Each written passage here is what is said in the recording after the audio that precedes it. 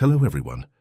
In this video I will discuss one of the films called Proximity, and never forget that I always pray for you and your family to be happy and healthy always. The story begins in 1979 in Wrangell, Alaska. A man named Carl is driving his car on a forest road when he experiences interference on his radio. While he is busy trying to fix the radio, the car in front of him suddenly lifts into the sky before crashing back down, landing upside down. Carl exits his car to check on the other driver, but at that moment, a mysterious aircraft appears, slowly flying closer. Terrified, Carl runs into the forest to avoid the aircraft, but to his shock, it quickly hovers above him, emitting a blue light that gradually starts to pull him up. The story shifts to the present day in Pasadena, California. A smart young man named Isaac is seen heading to his workplace, which is a branch building of NASA's Technology and Communications Division. On that day, Isaac receives a strange audio signal captured by one of NASA's satellites located in Canada. He responds to the signal and receives a data reply that night. However, to Isaac's surprise, the data is incomprehensible and comes from an unknown source. Outside of his job, Isaac has personal issues that require him to regularly see a therapist. To help manage his mental health, the therapist suggests that he make daily vlogs about his activities and share his thoughts on them. Isaac starts creating these vlogs about his daily life. One day, he decides to go hiking and takes a camera to document his journey. While he is speaking in front of the camera, something suddenly falls from the sky. Isaac shifts his attention to the falling object, which is also seen by many people in the city. The falling object, resembling a meteor, then crashes into the mountains not far from where Isaac is. Shortly afterward, 2 fighter jets speed toward the crash site, followed by the arrival of police and national security officers. Seeing this, Isaac hurriedly descends the hill and hides from 2 military personnel who seem to be searching for him. Fortunately, Isaac manages to stay safe and quickly moves away from the area. When he reaches the middle of the forest, he suddenly spots a UFO hovering not far from him. He immediately turns on his camera and begins recording the sighting. However, the UFO suddenly vanishes in an instant. Still confused by this phenomenon, Isaac suddenly senses a presence behind him. Nervously, he turns around and finds an alien standing a few meters away. Calmly, Isaac presses the button on his camera to record everything he sees. After a few moments of staring at each other, the alien casually turns and walks away from Isaac. As soon as the alien leaves, Isaac runs as fast as he can, but suddenly loses consciousness. 3 days later, Isaac wakes up and finds himself far from his last known location. He also feels pain in his right arm, but strangely, there are no visible wounds. Isaac checks his camera and finds a recording showing him floating in the air before losing consciousness. Upon arriving home, Isaac feels something strange with his right hand. He stares blankly at the TV in front of him, and shockingly, the TV disappears in an instant.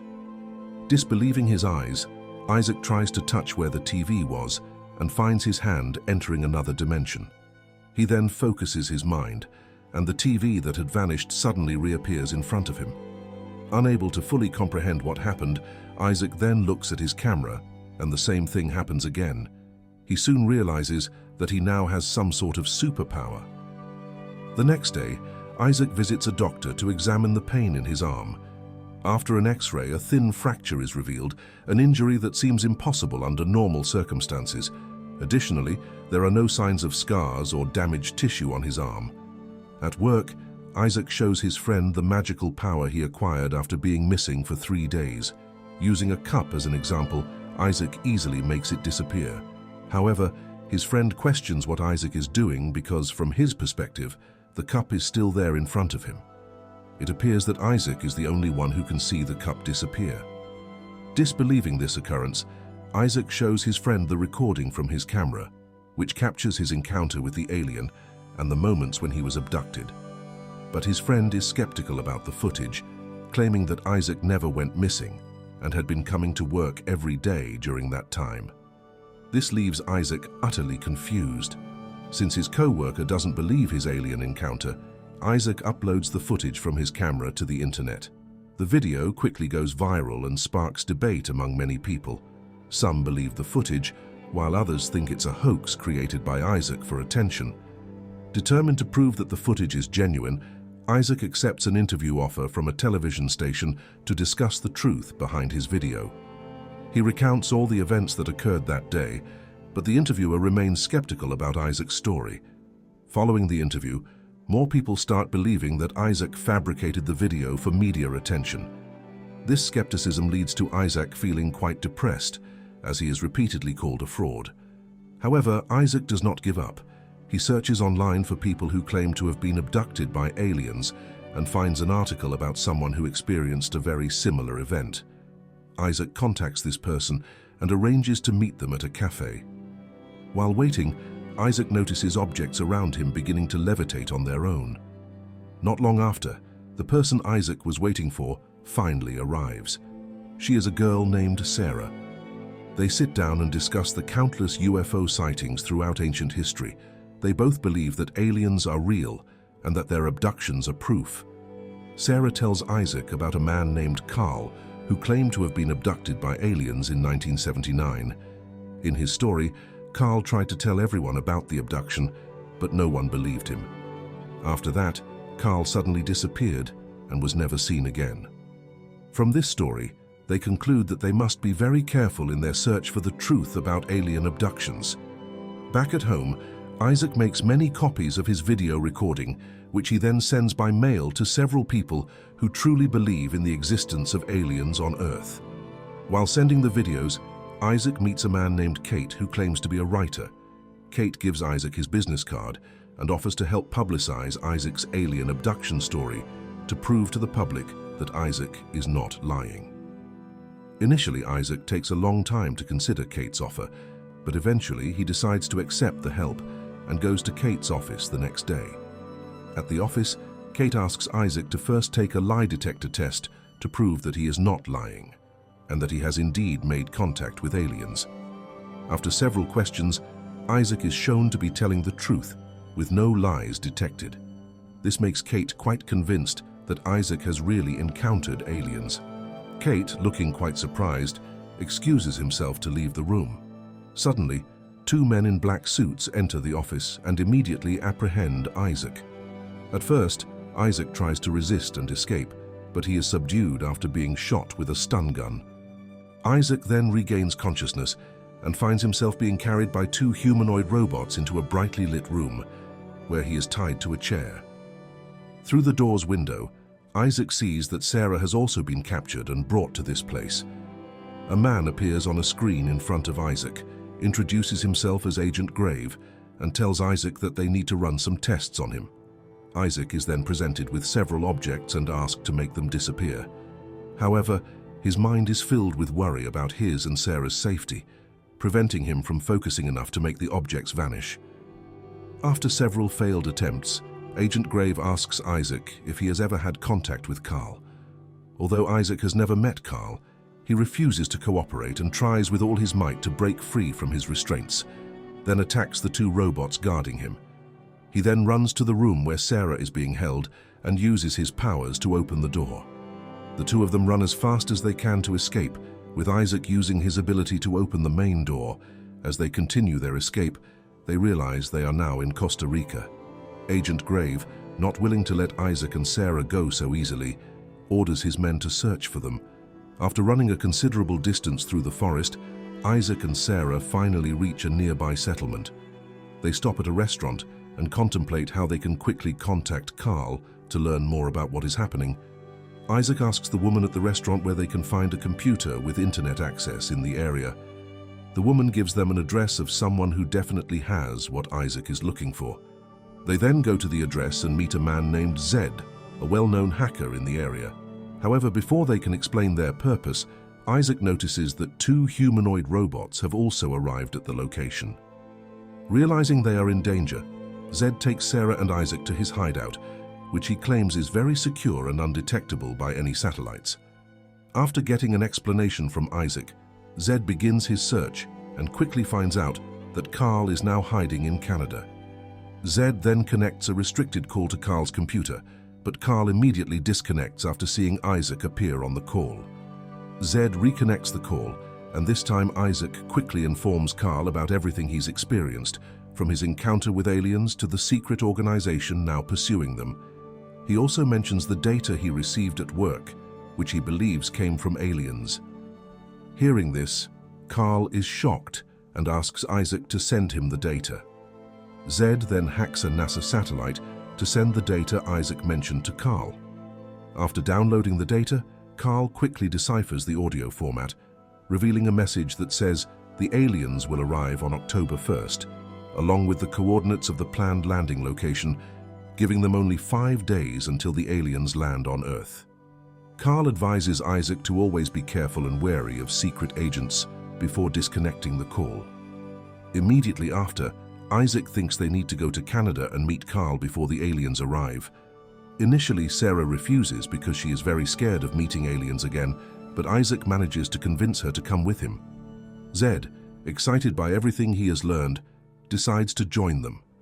In short, with Zed's connections, the three of them manage to secure a vehicle and a plane to fly to Canada. However, Agent Grave is aware of their movements through tracking devices secretly implanted in Isaac and Sarah's arms while they were unconscious. Upon arriving in Canada, they continue their journey by train, but 2 humanoid robots easily track and pursue them. Seeing this, Zed gives Isaac and Sarah masks intended to confuse the robots, as the humanoid robots use facial recognition systems to identify their targets. Unfortunately, the robots are more advanced and can identify Isaac's voice behind the mask. As a result, the 3 of them are forced to fight back, ultimately throwing the 2 humanoid robots off the train. Continuing their journey, they hitch a ride on a vehicle that eventually brings them to Carl's hideout. Seeing strangers outside his cabin, Carl comes out brandishing a gun. Isaac quickly explains that he is the one who previously provided the alien data. Carl then takes a device and immediately destroys the trackers in Sarah and Isaac's arms, causing Agent Grave to lose their trail instantly. Inside his cabin, Carl begins to explain that since he fled from the secret agents, he has been hiding in Canada. For years, he has been trying to communicate with the aliens, and during that time, Carl managed to create a device capable of translating the audio data sent by the aliens into English. According to the message received by Isaac, the aliens will land on Earth in 2 days. In short, 2 days pass, and today is the day of the aliens' arrival. Isaac suddenly feels something strange as the cabin shakes briefly and then stops, followed by Carl claiming that the aliens are almost here. Isaac then leaves the cabin and begins searching for the UFO or aliens until an alien figure appears right behind him in the forest. The scene shifts to show the alien now sitting inside the cabin with Carl, Zed, Sarah, and Isaac. Through the translator device made by Carl, a Q&A session is successfully conducted. It is revealed that the aliens are searching for the origins of everything. Like humans, they want to know where and how the universe began. To that end, the aliens started abducting some humans who are the closest links to religious beliefs in a God who created everything. Sarah then asks about the cause of the pain in her arm. The alien places a bracelet-like device on her arm, and astonishingly, it makes her arm separate into 2 parts without causing any pain. It is discovered that the aliens had actually installed a tracking device in her arm to always detect her whereabouts. When it is Isaac's turn to remove his tracker, the secret agents suddenly arrive outside the cabin. Agent Grave immediately warns everyone to surrender, or they will all be killed. Carl steps out with a weapon in hand, and Agent Grave immediately asks where his father is now. It turns out that the man in the car that fell in front of Carl in 1979 was none other than Agent Grave's father. Since that incident, Grave's father has never been seen again. Carl explains that he truly doesn't know anything about what happened to Grave's father. However, Grave refuses to believe Carl and orders his men to kill him. Seeing Carl get shot, Sarah immediately runs out to check on him. Isaac shouts for Sarah to return to the cabin, but it's too late as she is also shot by the secret agents. As the alien finishes removing the tracker from Isaac's arm, it instructs him to focus on his power before disappearing in an instant. Isaac follows the alien's instructions and, astonishingly, time around him begins to slow down. Isaac then saves his friends and moves through space and time just before the secret agent's weapons bombard Carl's cabin. This leaves Agent Grave and his men bewildered as they realize everyone has suddenly vanished right before their eyes. In the dimension created by Isaac, the aliens return and start healing Carl and Sarah's wounds. With the power given to him by the aliens, Isaac and his friends can now move freely in front of the secret agents without being seen. 6 months later, Sarah and Isaac are living together in a relationship, while Carl and Zed have begun working as technology intelligence agents. Meanwhile, Agent Grave is fired from his job and the film ends. And that's it for the story series of this film. Thank you for watching. Don't forget to support this channel by subscribe, like and share. See you in the next video. Goodbye.